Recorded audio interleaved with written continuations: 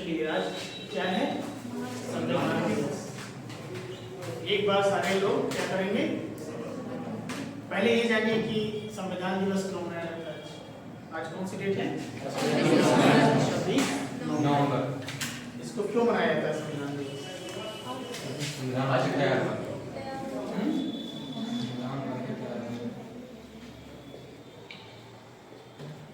इसको हम संविधान दिवस कहते हैं।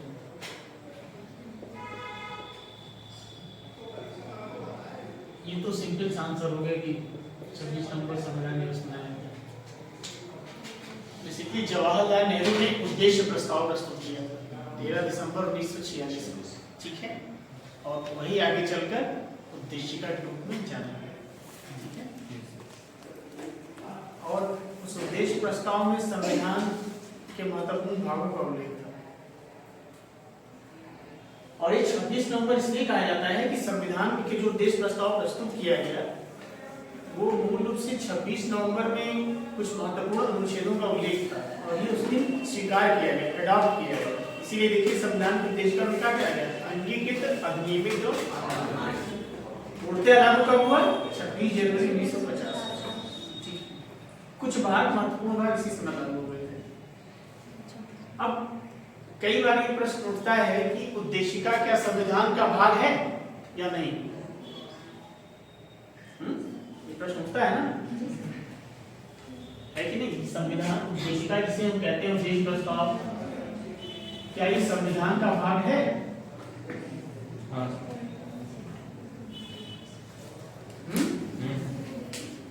है कि नहीं है?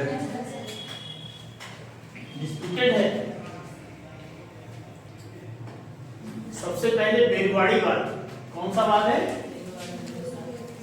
बेरुवाड़ी वाद।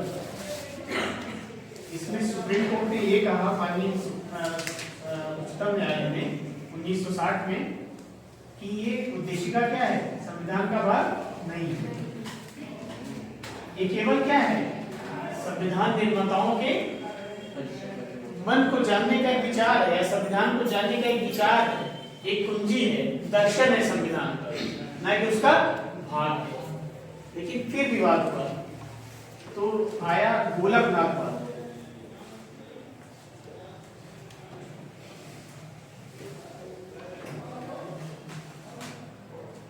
इसमें कहा गया नहीं, संविधान की क्या है, आत्मा है। क्या है, संविधान की आत्मा है।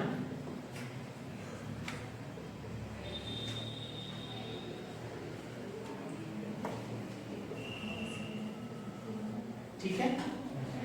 फिर ये प्रश्न उठा, क्या उद्देशिका में संशोधन किया जा सकता है या नहीं किया जा सकता है। उद्देशिका में संशोधन किया जा सकता है या नहीं किया जा सकता है। तो केशवानंद भारती बनाम केरल, ये बात बहुत इंपॉर्टेंट है क्योंकि इसी में सबसे पहली बार मूल ढांचे की बात की। केशवानंद भारती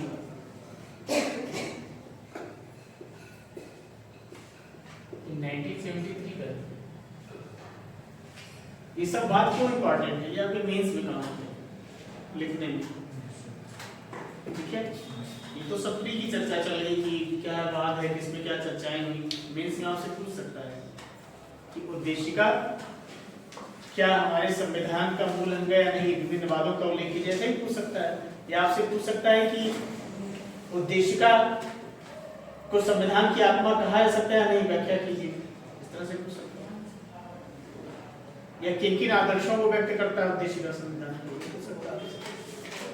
कैसे भारत की कल्पना की गई है, उद्देशिका में पूछ सकता है। ठीक, तो केशवानंद भारती वाद में कहा है हाँ उद्देशिका में संशोधन हो सकता है। केशवानंद भारती वाद में कहा गया कि उद्देशिका में संशोधन हो सकता है।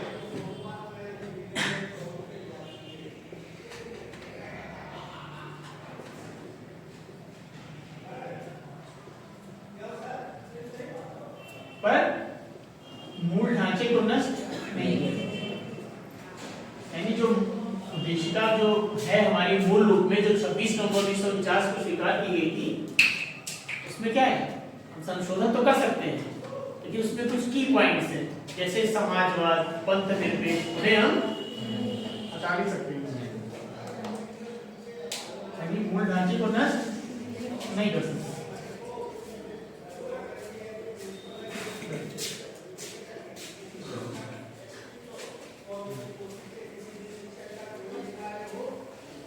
तो चलिए एक बार खड़े हो जाइए सब लोग, एक बार बोली लेते हैं संविधान की उद्देशिका। चलिए बोलिए, शपथ लीजिए। हम भारत के लोग भारत को एक संपूर्ण प्रभुत्व संपन्न समाजवादी पंथनिरपेक्ष तथा लोकतंत्रात्मक गणराज्य बनाने के लिए तथा उसके समस्त नागरिकों को सामाजिक आर्थिक और राजनीतिक न्याय विचार अभिव्यक्ति विश्वास धर्म और उपासना प्रतिष्ठा और अवसर की समता प्राप्त कराने के लिए तथा उन सब में व्यक्ति की गरिमा और राष्ट्र की एकता और अखंडता को सुनिश्चित करने वाली बंधुता को बढ़ाने के लिए दृढ़ संकल्प होकर अपनी संविधान सभा में आज तारीख 26 नवंबर 1949 ईस्वी मिति मार्गशीर्ष शुक्ला सप्तमी संवत 2006 विक्रमी को एतद द्वारा अधिनियमित आत्मार्पित और अंगीकृत करते हैं। तो इसको याद रखना कठिन थोड़ा सा, इसको मतलब हो सकता है कि बोलने में कुछ गड़बड़ हो, लेकिन आपको की पॉइंट्स आपको देखना है। जैसे स्वतंत्रता, कितने प्रकार की स्वतंत्रता की बात की गई है उद्देशिका में, कितने प्रकार की स्वतंत्रता की बात की गई है बताइए। विचार अभिव्यक्ति धर्म विश्वास उपासना। तो 5 हो गई ना स्वतंत्रता, 5 प्रकार की गई है। कौन कौन से? विचार अभिव्यक्ति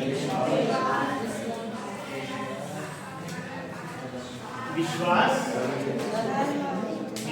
धर्म और उपासना की स्वतंत्रता। विश्वास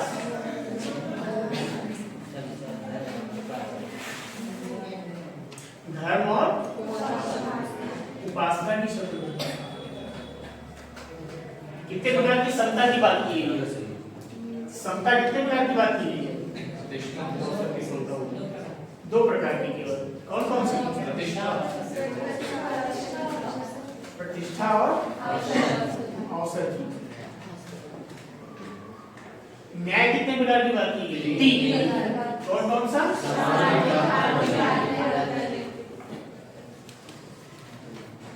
सामाजिक आर्थिक और राजनीतिक न्याय। क्लियर? और संविधान का जो उद्देशिका है उसका विचार कहां से लिया गया? हाँ, विचार जैसे हमारे जो उद्देशिका की भाषा वो कैसे स्टार्ट होती है? Be the people of India, ऐसे वहां भी होता है be the people of United states. तो हम भी लोग कहते हैं, हम भारत के लोग भी कहते हैं, हम यूएसए के लोग। लेकिन जो भाषा आगे का विचार है वो ऑस्ट्रेलिया से लिया। विचार तो ठीक है, हम लिया, हम लोगों ने या भारत के लोगों ने किया संविधान, लेकिन आगे चलकर जो उसकी भाषा है वो जैसे जो कुछ उसमें महत्वपूर्ण तत्व ऑस्ट्रेलिया से लिए गए। ठीक है, अब इसमें संशोधन किया गया। जैसा कि आपने देखा कि केशवानंद भारती बात में क्या कहा सुप्रीम कोर्ट ने कि उद्देशिका में संशोधन किया जा सकता है। तो 42 अमेंडमेंट हुआ, 42वां संविधान संशोधन। और इसके द्वारा क्या चीजें जोड़ी गई उद्देशिका में? समाजवादी 3 चीजें जोड़ी गई। कौन कौन सी चीजें बताइए? समाजवादी, पंथनिरपेक्ष, नहीं अखंडता, एकता और अखंडता शब्द। समाजवादी, पंथनिरपेक्ष और अखंडता शब्द। अभी समाजवादी विचारधारा क्यों लाई? समाजवाद क्या है? भारत में जो समाजवाद 3 प्रकार का होता है। लोकतांत्रिक समाजवादी। स्वप्नलोकी, वैज्ञानिक समाजवाद और लोकतांत्रिक समाजवाद। तो भारत में लोकतांत्रिक समाजवाद को अपनाया गया। यहाँ कठोर राज के नियंत्रण की बात नहीं की गई। यहाँ पर क्या है, मिश्रित प्रणाली अपनाई गई। समानता स्वतंत्रता दोनों का विषय है, ठीक है। उत्पादन और वितरण के साधनों पर हाँ सार्वजनिक नियंत्रण की बात की गई, ठीक है, लेकिन कठोर नियंत्रण की बात नहीं की गई। पंथ निरपेक्ष सबसे महत्वपूर्ण है यसार बोम्बईवाद 1993। यसार बोम्बईवाद में सुप्रीम कोर्ट ने कहा जो पंथ निरपेक्षता है वो क्या है, वो संविधान का मूल ढांचा है। यानी उद्देशिका में संशोधन करिए लेकिन आप पंथ निरपेक्ष शब्द को हटा नहीं सकते क्योंकि मूल ढांचा है। अब आप सोचिए कि धर्मनिरपेक्ष क्यों नहीं कहा, पंथ निरपेक्ष कहा गया, धर्मनिरपेक्ष क्यों नहीं कहा? अगर संविधान में जोड़ा गया तो धर्मनिरपेक्ष कह रहे थे, क्यों?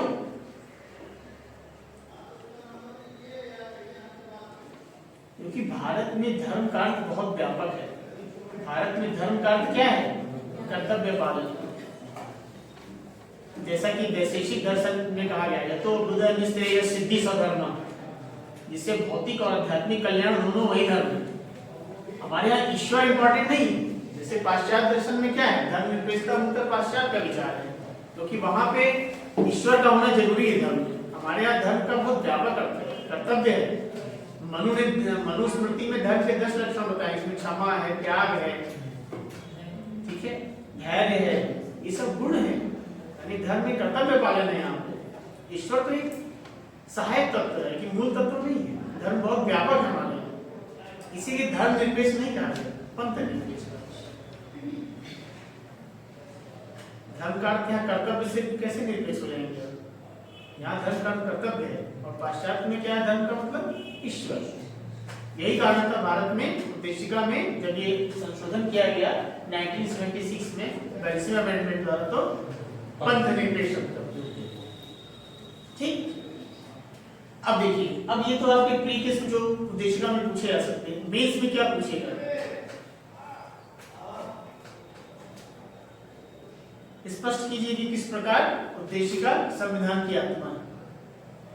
तो आपको बताना पड़ेगा कि उद्देशिका क्या है। संविधान अगर शरीर है तो उद्देशिका आत्मा है। इसे निम्नलिखित बिंदुओं में समझाया सकता है। जैसे यहाँ पे फ्रांसीसी क्रांति के आदर्श दिखलाई पड़ते हैं, समानता, स्वतंत्रता और न्याय की बात की गई है। तो एक तरह से वो फ्रांसीसी क्रांति की जो बात की गई है यहाँ पे है, एक प्रकार से मानवतावादी दृष्टिकोण यहाँ दिखलाई पड़ता है उद्देशिका में। फिर आप कहिए संप्रभुता की बात की गई है। प्रभुत्व संपन्न क्या होता है? प्रभुत्व संपन्न मतलब भारत एक प्रभुत्व संपन्न सोवरेन स्टेट है, मतलब आंतरिक दृष्टिकोण से भी और बाह्य दृष्टिकोण से भी। हम अपनी नीतियां बनाते हैं किसी देश के प्रभाव में नहीं, और हम जो भी बनाते हैं अपनी आंतरिक नीतियां देश के सभी भागों में लागू होती है। नोटबंदी लागू हुआ तो सभी पे लागू हुआ ना। भारत एक सोवरेन स्टेट है, आंतरिक रूप में भी और बाह्य रूप में भी। अब ऐसा थोड़ी ना है कि अगर अमेरिका हमें धमकी दे रहा है कि आप ईरान से व्यापार न करें तो बंद कर देंगे, नहीं बंद करेंगे, क्योंकि हम संप्रभु राष्ट्र हैं। हम किसी के दबाव में अपनी विदेशी संचालित नहीं करते, इसका मतलब ये है। फिर आप कहिए समाजवादी रुझान अपनाया गया, समाजवादी अपनाया गया है। फिर आप और क्या लिख सकते हैं इसमें आप, हाँ, प्रतिष्ठा और अवसर की समता की बात की गई, यानी अवसरों की समानता की बात की गई है। ठीक है, अवसरों की समानता एक तरह से आप देखेंगे कि अमेरिका के जॉन लॉक है, उन्होंने भी बात की, थ्योरी ऑफ जस्टिस में उन्होंने कहा कि सबको अवसर समान होने चाहिए। एक तरह से ये क्या है, सामाजिक न्याय की बात हो रही है। सामाजिक न्याय मतलब क्या है, जो विकास की दौड़ में पीछे छूट गए हैं उनको ऊपर उठाना। आज अगर ईडब्ल्यूएस आरक्षण दिया जा रहा है या एसटी आरक्षण दिया, तो क्यों दिया जा रहा है? क्योंकि ये लोग विकास की दौड़ में बहुत पीछे छूटते हैं, हाशिए पर है। इनको ऊपर उठाने के लिए सामाजिक न्याय की संकल्पना, ठीक है। तो सामाजिक न्याय की बात की गई है। तो ऐसे बिंदु से आपका मेंस का क्वेश्चन कवर होगा। फिर इंटरव्यू में आपसे पूछ सकता है कि उद्देशिका आप बताइए, 2 मिनट में आपसे खड़ा करके पूछ सकता है। तो आपको आना चाहिए, कम से कम रोज बोलने का अभ्यास करिए। दिन में 2-4 बार 10 बार 1 महीना लगातार बोलेंगे, हमें लगता है जीवन भर कभी नहीं बोलेंगे।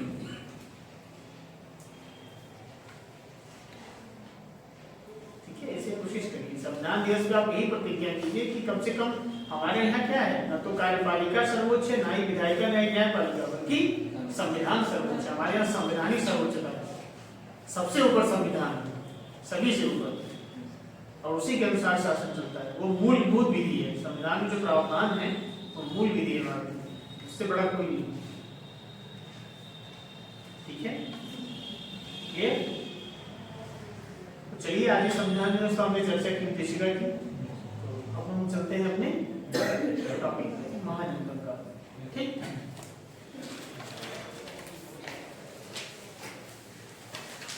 समझ में आया कि नहीं समझ में आया?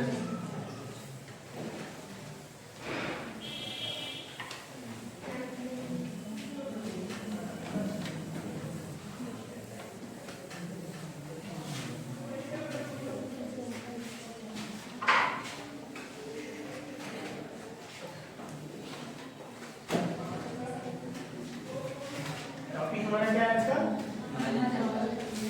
महाजनपद।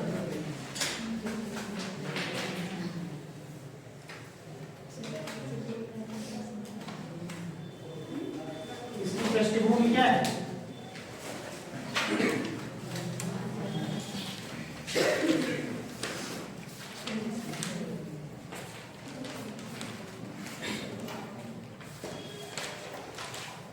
आप ही कह सकते हैं कि उत्तर वैदिक काल में जो आर्थिक परिवर्तन हुए उसने क्या किया, कबीलाई संरचना में दरार पैदा कर दी, और निर्वाह मूलक अर्थव्यवस्था का स्वरूप किसने दे दिया?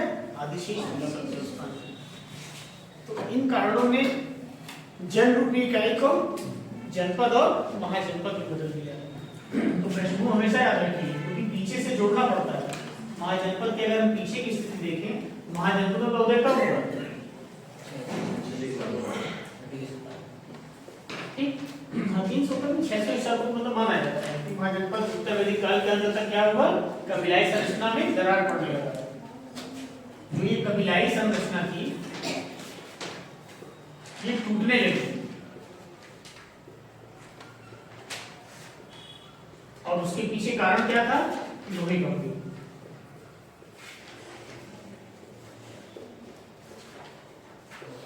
भाई ये बताइए, कबीले के लोग वैदिक काल में क्या था? गायों के लिए झगड़ा करते थे, गायों के लिए, पशुओं के लिए ज्यादा होड़ मची रहती थी ना, वहां पशुपालन मुख्य व्यवसाय था, कृषि तो था नहीं।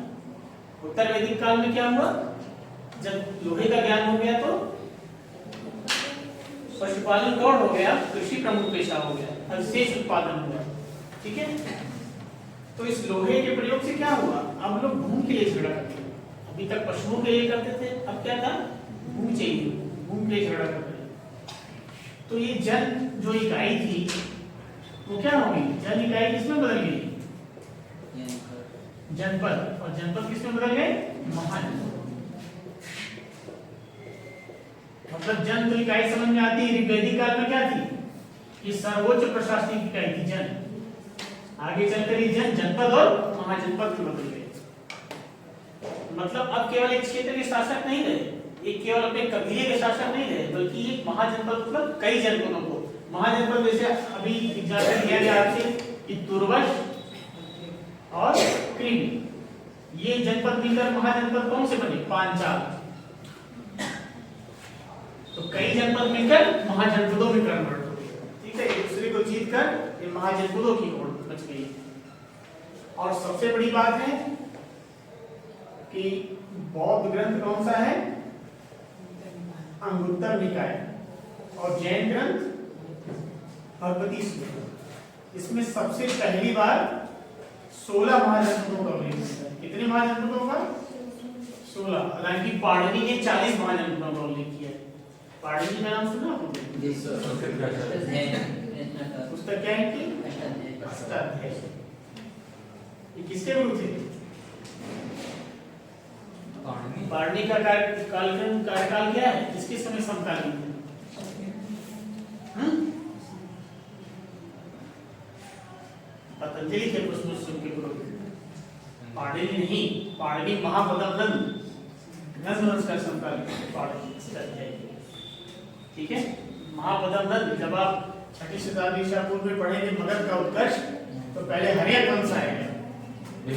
हाँ, हर्यक वंश के बाद शिशुनाग वंश, शिशुनाग वंश के बाद नंद वंश आएगा, और महापदम वंश के। ठीक है, पाटली स्थित है, इसमें उन्होंने 40 महाजनपदों को लिख दिया। चलिए मान लेते हैं शियों की भी होगी तो 16 को थे, इसका प्रमाण मिलता है, क्योंकि बौद्ध और जैन दोनों 16 महाजनपदों को करते हैं। तो इसको हम एक डायग्राम से देख लेते हैं। एक डायग्राम से देख लेते हैं कि कहां कहां है ये 16 महाजनपद।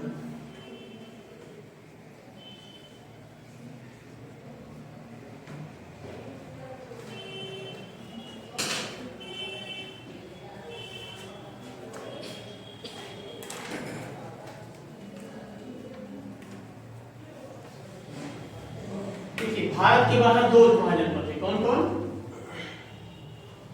कंबोज और गांधार। एक महाजनपद दक्षिणी भारत में था, कौन सा? गोदावरी नदी के तट पर, उसका नाम क्या था बताइए? अश्मक। मध्य प्रदेश में एक महाजनपद था अवंती, जो कि जो आप देख रहे हैं यहाँ बंदरगाह था ना, कौन सा बंदरगाह था? यहाँ पे जाने के मुख्य मार्ग पे स्थित था एमपी में अवंती, मध्य प्रदेश में। कितने महाजनपद थे? 3। उत्तर प्रदेश में सर्वाधिक महाजनपद, गंगा नदी 8 से अधिक 8 महाजनपद। कौन कौन से थे बताइए? उत्तर प्रदेश में अगर ये हम यूपी मान लें, यूपी तो यहाँ पे 8 महाजनपद थे। कौन कौन से थे बताइए?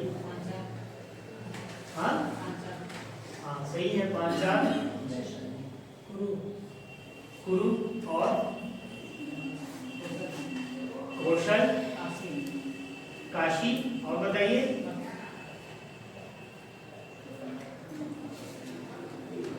वत्स, और वत्स के बाद हाँ चेक, बुंदेलखंड का चेक। एक जनपद तो आप भूल गए, सूरसेन, मथुरा। 6 7 एक छूट रहा है, कौन सा? मगध तो बिहार में है, यूपी में कहाँ है? मल छूट रहा है। अब कितने महाजनपद हो गए? इन्हीं 8 12 हुए। ये तो बंदरगाह है, ये पोर्ट है, ये पोर्ट है, और ये बंगाल में ताम्रलिप्ति पोर्ट है, बंदरगाह है। ये बंगाल की खाड़ी में एक अरब सागर है, ठीक है।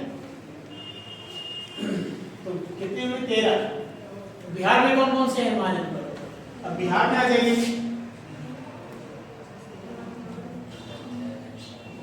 बिहार में कौन कौन से हैं?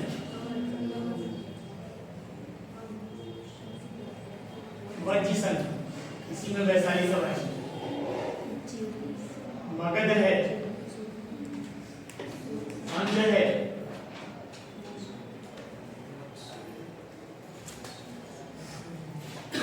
अब कितने हुए? 1 2 3 4 12 3 15। एक छूट रहा है, कौन सा? एक छूट रहा है, कौन सा है?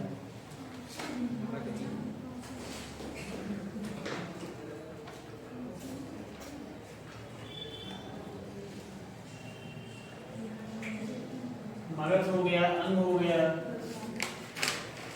वैशाली के लिच्छवी, ठीक है। वज्जीसन का वैशाली, लिच्छवी, मगध,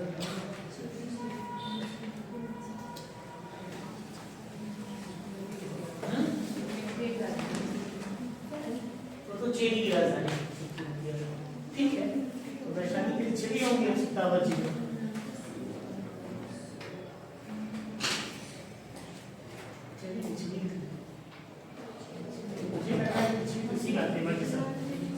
चलिए ठीक है, छोड़िए, मतलब 16 थे, मतलब 15 तो आए ना, ये छोड़िए।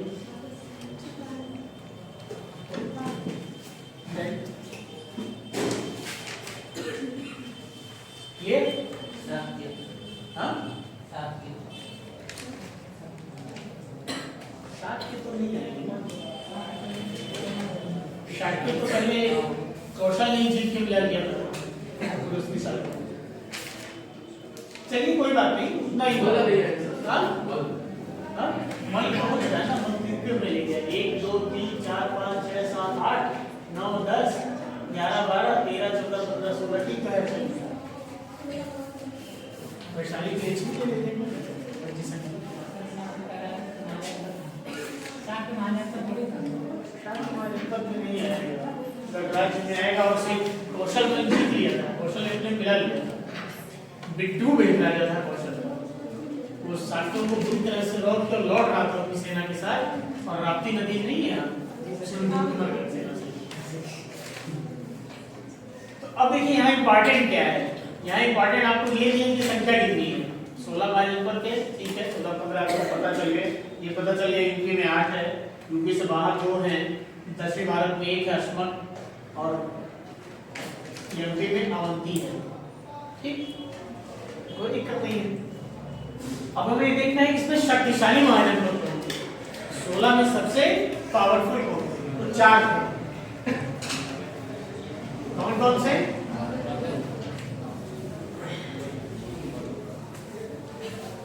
अवंती,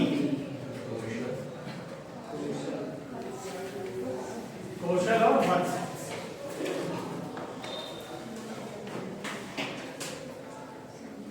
अंतिम में क्या हुआ, मगध ने सभी को जीत लिया, और मगध का इतिहास क्या हो गया, पूरे भारत में हो गया।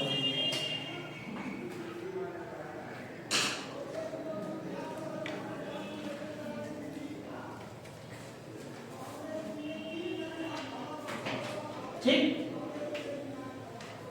अब हमें ये देखना है कि आखिर इन सभी महाजनपदों में मगध ही सर्वाधिक शक्तिशाली क्यों, क्या कारण था, इस 16 में मगध ही सर्वाधिक शक्तिशाली है।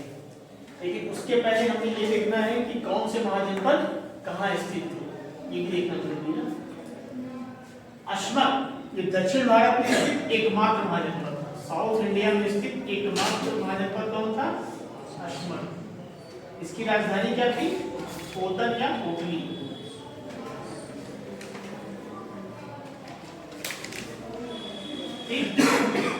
अवंती, अवंती महाजनपद 2 भागों में बटा था, उत्तरी अवंती और दक्षिणी अवंती। उत्तरी अवंती की राजधानी थी उज्जैनी, उज्जैन समझ रहे हैं ना,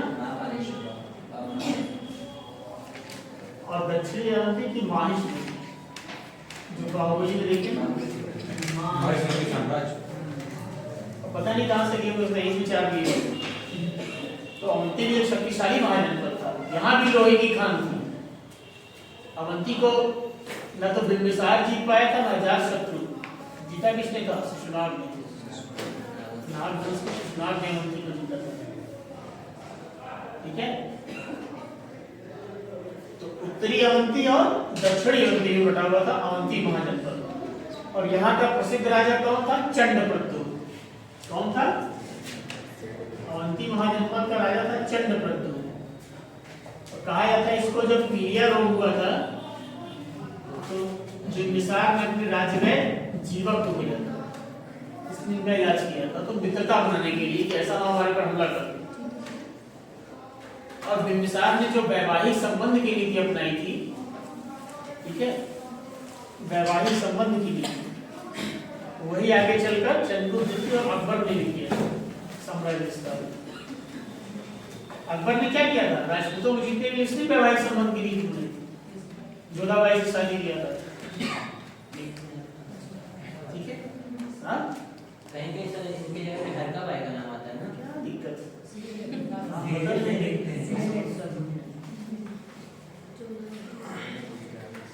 अब जोधाबाई का महल है फतेहपुर सीकरी में, और कुछ नाम से बनाया गया, और वो उसी को कई लोग हल्का भाई भी कहते हैं, बहुत इसमें डिस्प्यूट हो जाता है कभी, उसमें मैं नहीं पढ़ना। हमको ये देखना है कि वैवाहिक संबंधों के द्वारा साम्राज्य विस्तार अकबर ने नया नहीं किया था, बल्कि बिंबिसार ने पहले ही शुरुआत कर दी थी। जैसे उसके समय का शक्तिशाली कौशल था ना, तो कौशल के राजा प्रसेनजीत की बहन महाकोशला से अपनी शादी कर लिया था। मध्य प्रदेश की राजकुमारी छेना से विवाह कर लिया था। लिच्छवी बहुत शक्तिशाली थे, तो उनके प्रमुख चेतक की पुत्री चेलना से विवाह कर लिया था। तो वैवाहिक संबंध से क्या हो गया, अपने साम्राज्य की सीमाएं सुरक्षित कर लिया, और एक काम अकबर ने किया। तो भरत के उदय में सब चीजें देखेंगे, ठीक है। अवंती हो गया, अश्मक हो गया। अब कम्बोज और गांधार, ये गांधार कहाँ है, आजकल पाकिस्तान में। गांधार कहाँ है, गांधार में दो बाहर से भारत के, वो गांधार और कम्बोज। तो गांधार कहाँ है, जो पेशावर और रावलपिंडी का क्षेत्र है पाकिस्तान का, वही उस समय क्या कर रहा था, गांधार महाजनपद, ठीक है। इसकी राजधानी क्या थी, तक्षशिला। राजधानी क्या थी गांधार की। अब इसमें भी तक्षशिला नाम, कोई लोग कहते हैं कि जो रामायण में भरत थे उनके पुत्र का नाम तक्ष था। राजा भरत के पुत्र का नाम क्या था, तक्ष। उसी के नाम पे इसका नाम तक्षशिला पड़ गया। ये तक्षशिला क्यों फेमस था बताइए।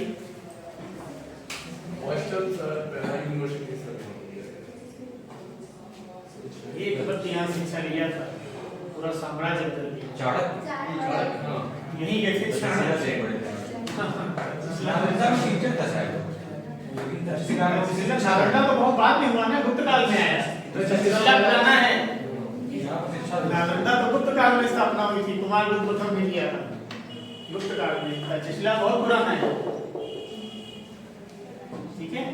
तो तक्षशिला में दर्शन की शिक्षा होती थी, युद्ध कला, सब आधुनिक शिक्षाएं दी जाती थी। तो यही का आचार्य कौन था, चाणक्य, ठीक है। जैसे कुछ देख रहा था कि जो है भारत का सबसे प्राचीनतम कौन सा है, तो दोनों दे देगा तो मेन सही रहेगा, क्या नालंदा सही रहेगा, क्योंकि भारत में है नहीं। कभी कभी से पूछ लेते हैं तो तक्षशिला मार देते हैं, लेकिन तो भारत में था तब था, लेकिन वर्तमान पूछेगा तो गलत नहीं हो जाएगा। तो जब वर्तमान पूछेगा तब आप कहेंगे, अगर पूछ लिया सबसे पुराना कौन सा, तो तक्षशिला ही मानना पड़ेगा, नालंदा नहीं,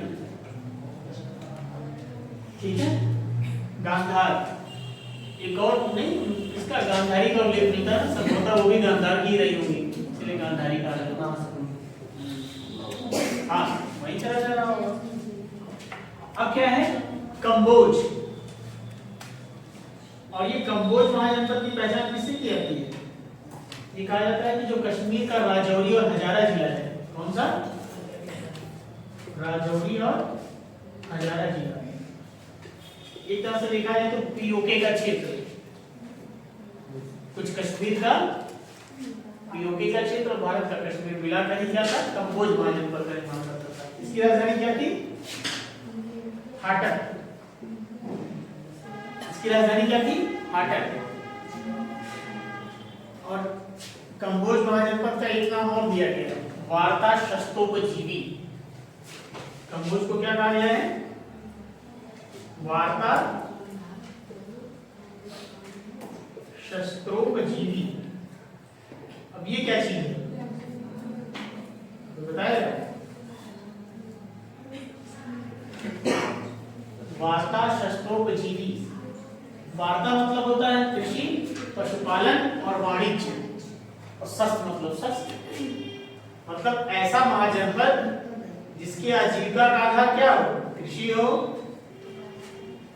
पशुपालन हो, वाणिज्य हो। इन तीनों को सम्मिलित रूप से प्राचीन भारत में क्या कहा गया है, वार्ता। और शस्त्र मतलब शस्त्र। तो कहा जाता है जो कम्बोज महाजनपद था अपने अच्छे किस्म के घोड़ों के लिए फेमस था, घोड़ों के लिए घोड़ों की बिक्री, यानी ऐसा महाजनपद जो कृषि, पशुपालन, वाणिज्य और शस्त्रों के माध्यम से अपनी आजीविका चला रहा था, कौन था, कम्बोज महाजनपद, ठीक। इसकी राजधानी क्या थी, हाटक। क्लियर। अब हमें क्या देखना है, पांचाल महाजनपद। पांचाल क्या था? पांचाली, पांचाल की है, ठीक है। तो ये जो पांचाल महाजनपद है,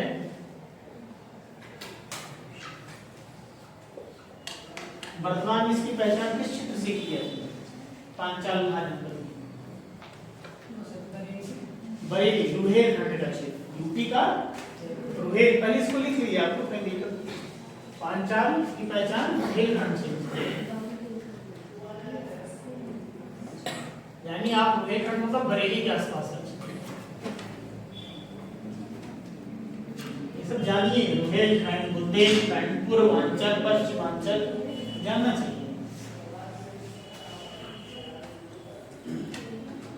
अब ये पांचाल भी दो भागों में बटा हुआ था, उत्तरी पांचाल और दक्षिणी पांचाल। जैसे अवंती आपका उत्तरी अवंती और दक्षिणी अवंती बटा हुआ था। उत्तरी अवंती की राजधानी उज्जैनी थी और दक्षिणी अवंती की माहिष्मती थी। क्या चीज?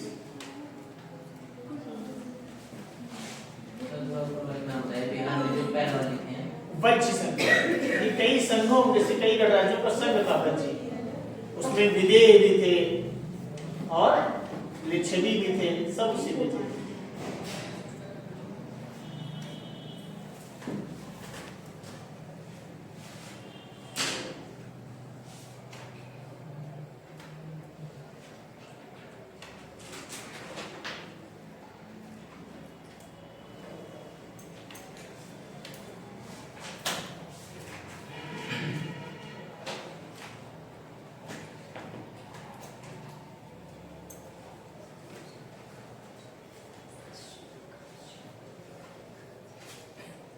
देखिए आप लोग 16 गलती करते हैं, मुझे याद आ गया 16, मुझे याद आ गया मत्स्य महाजनपद, ये राजस्थान में। वही मैं कह रहा हूँ, गलती कहाँ मैं कर रहा हूँ, मेरे दिमाग में यही चल रहा था, पिछली तो उसी में आता है।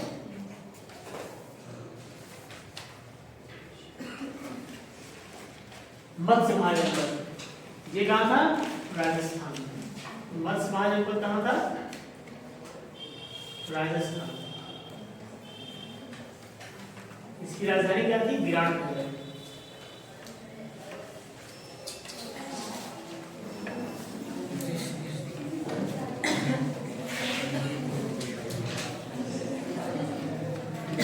महाजनपद की कैपिटल क्या थी? विराटनगर। जयपुर, राजस्थान का जयपुर, उसके आसपास का क्षेत्र 6ठी शताब्दी ईसा पूर्व में मत्स्य महाजनपद का निर्माण हुआ। इसकी राजधानी क्या थी? विराटनगर, ठीक है। तो अब 16 हो गए, अब तो नहीं क्लियर है, अब इसमें नहीं लिखना पड़ेगा। अब पांचाल पे हम लोग थे ना, पांचाल की पहचान किससे की जाती है? बरेली से। और पांचाल भी दो भागों में बटा था, कौन कौन सा? उत्तरी पांचाल और दक्षिणी पांचाल। उत्तरी पांचाल की राजधानी थी अहिच्छत्र, दक्षिणी पांचाल की कांपेली।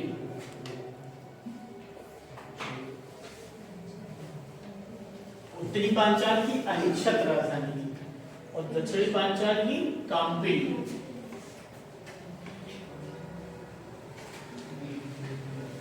ये कांपेली जो फर्रुखाबाद का क्षेत्र है उसी को अहिच्छत्र की पहचान रामनगर से की जाती है। पांचाल और दक्षिणी पांचाल।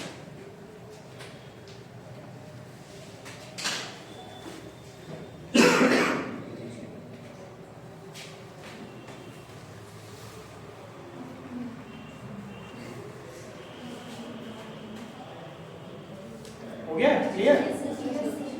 अब कुरु महाजनपद, अब यूपी में स्थित था कुरु महाजनपद।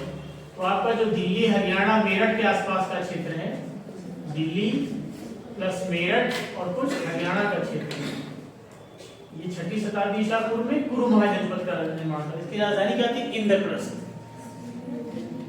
इसी के लिए बहुत खुदाइयां की जा रही है, इसका साक्ष्य मिल जाए। हुआ क्या कि कहा जाता है कि एक बार बाढ़ आई और इंद्रप्रस्थ नष्ट हो गया, तो कौशाम्बी को राजधानी बनाया था हस्तिनापुर के राजा जब ये बाढ़ में नष्ट हो गया तो यहाँ का जो राजा था नीचक्षु,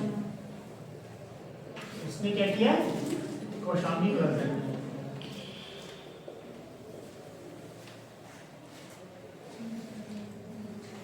कुरु महाजनपद, दिल्ली और मेरठ के आसपास का क्षेत्र क्या है, कुरु महाजनपद। इसकी कैपिटल क्या थी, इंद्रप्रस्थ। आज वहाँ एक मेट्रो स्टेशन है इंद्रप्रस्थ की नाम, दिल्ली में एक मेट्रो स्टेशन का नाम इंद्रप्रस्थ, ठीक है। तो कहा जाता है इंद्रप्रस्थ बाढ़ में बह गया, तो हस्तिनापुर का जो राजा था नीचक्षु, उसने कौशाम्बी को कैपिटल बनाया, ठीक। अब क्या आता है, कौशल महाजनपद, शक्तिशाली महाजनपद कौशल, जो कहते हैं कपिल उसके शाखा, जो सब इसी के अंडर में थे, कौशल। अब कौशल महाजनपद कहाँ था, इसकी पहचान किससे करेंगे, फैजाबाद अयोध्या का क्षेत्र, वर्तमान फैजाबाद, और उसके आसपास का क्षेत्र क्या था, 6वीं शताब्दी ईसा पूर्व में किसका था, कौशल महाजनपद।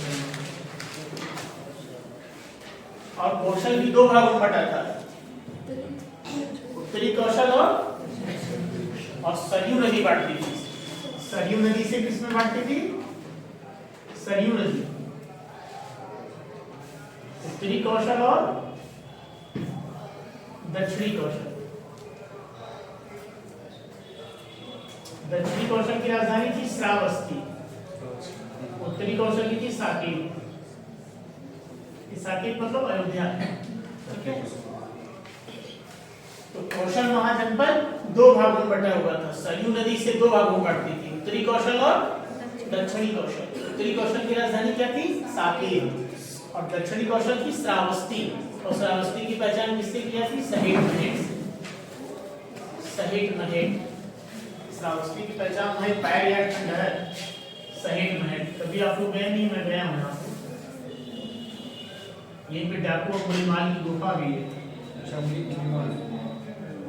जो है श्रावस्ती, बलरामपुर से हट के नया जिला में श्रावस्ती। सबसे कम साक्षरता भी में श्रावस्ती में, हाँ नहीं, वर्षा काल सबसे ज्यादा बिताए। वर्षा काल में क्या था कि बहुत बिच्छू कहीं जाते नहीं थे, पानी का साथ कैसे जाएंगे बाहर, ये तो था नहीं, कार में बैठ के चले जाते। तो बिहार में होगा, हाँ बिहार में होगा, हाँ।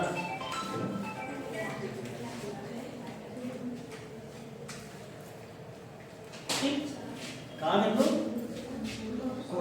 कौशल महाजनपद, ठीक है। कौशल का एक प्रमुख राजा था प्रसेनजीत। कौन था राजा, प्रसेनजीत। तो अक्सर जो ये कौशल महाजनपद था ना, इसी प्रसेनजीत ने काशी को, जो बनारस का क्षेत्र नहीं है, ये काशी महाजनपद को जीत कर कौशल बना दिया प्रसेनजीत ने।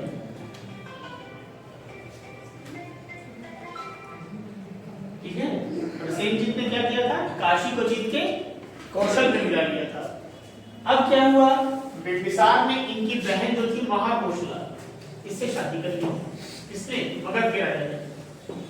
और दहेज में क्या मिल गया, काशी।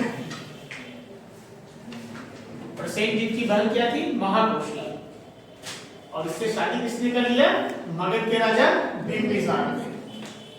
और दहेज में क्या मिल गया, काशी। ठीक है, तो ये हो गया। अब आता है काशी। अब पहले इसका नाम वाराणसी नहीं था, पहले वो काशी नाम से जाना जाता। ठीक है, अब ये काशी की राजधानी क्या थी, वाराणसी। अब अगर इसको हम बोले तो पता चल रहा है ना, वाराणसी, वाराणसी। वरुणा और असी नदियों के संगम पर क्या था, काशी महाजनपद। ठीक है, काशी भी शक्तिशाली था, लेकिन कौशल की विस्तारवादी नीतियों में दब गया। कौशल ने जीतकर काशी को मिला लिया अपने। ठीक है, और काशी बहुत व्यापारिक और शिक्षा की नगरी थी शुरू से। ठीक, अब क्या है, वत्स महाजनपद। ये वत्स महाजनपद कहाँ है, कौशाम्बी बी इलाहाबाद का चेक करें।